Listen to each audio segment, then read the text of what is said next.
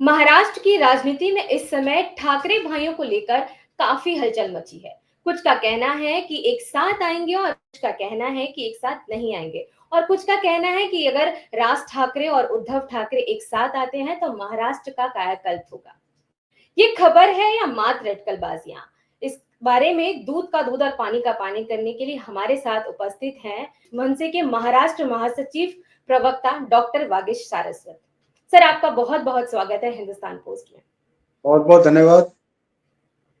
Sir, मेरा सवाल ऐसा है कि इस समय काफी चर्चा में चल रहा है कि उद्धव ठाकरे और राज ठाकरे एक साथ आने वाले हैं। यूपीटी के जो युवा अध्यक्ष हैं आदित्य ठाकरे, उनका बयान आया है कि मनसे पार्टी जो है कि खत्म हो चुकी है। तो इस पर आपकी पार्टी का क्या कहना है? मैंने ये बयान देखा नहीं है, कब आया है, कहाँ से आया है, तो मुझे इस बारे में कोई जानकारी नहीं है। इसलिए जिस बयान के बारे में जानकारी ना हो उस पर कोई कमेंट करना उचित नहीं है। दूसरी बात यह है कि अगर इस तरह का कोई बयान आया है तो इस बयान को देने से पहले या देने के बाद क्या आदित्य ठाकरे ने सामना पढ़ा?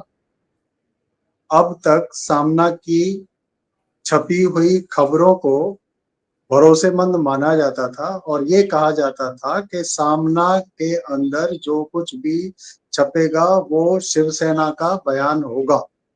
जी। तो क्या शिवसेना, आदित्य ठाकरे और सामना अलग हो चुके हैं? आज जहां उद्धव ठाकरे और राज ठाकरे जी का एक फोटो साथ में सामना ने छापा है, उसे छापने की क्या जरूरत थी? कहीं ऐसा तो नहीं कि ये महाराष्ट्र की जनता को दिग्भ्रमित करने के लिए कोई साजिश रची जा रही हो? मुझे नहीं पता आदित्य ठाकरे ने क्या बयान दिया, लेकिन मुझे लगता है कि पार्टी के अध्यक्ष अभी तक उद्धव ठाकरे हैं, न कि आदित्य ठाकरे। उद्धव ठाकरे अगर कोई बयान देते हैं, उस बयान से राज ठाकरे जी का संबंध हो सकता है। आदित्य ठाकरे क्यों बोलते हैं, क्या बोलते हैं, किससे बोलते हैं, इसके बारे में अधिकृत तौर पे हमें, मुझे, मेरी पार्टी को किसी भी तरह की कोई प्रतिक्रिया देने का कोई अर्थ नहीं है, क्योंकि शिवसेना का मुद्दा और महाराष्ट्र नवनिर्माण सेना का मुद्दा, ये दोनों पार्टियों का जो मुद्दा है, इसके दोनों अध्यक्ष उद्धव ठाकरे भी और राज ठाकरे भी, दोनों अध्यक्ष समर्थ हैं।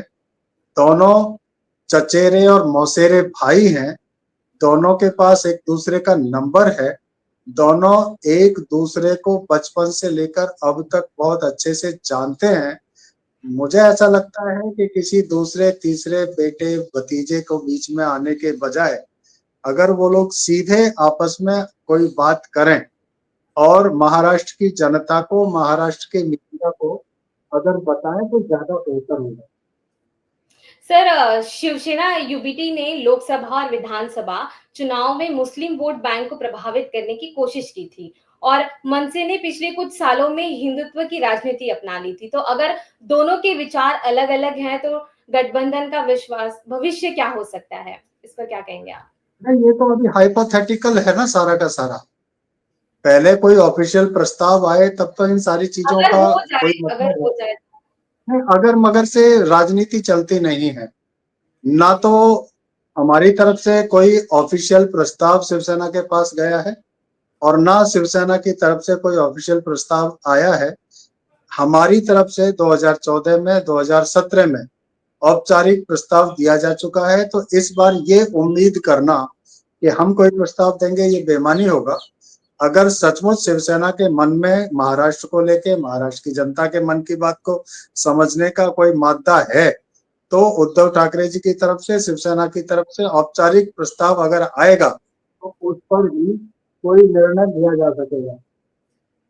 सर, सामना में जो आप कह रहे हैं कि सामना के न्यूज़पेपर में जो फोटो एक साथ छपी है राज ठाकरे और उद्धव ठाकरे की, तो क्या ये हम समझ सके कि क्या ये यूबीटी की मजबूरी आ गई है मनसे को साथ में लाना, या क्या कह सकते हैं इसको?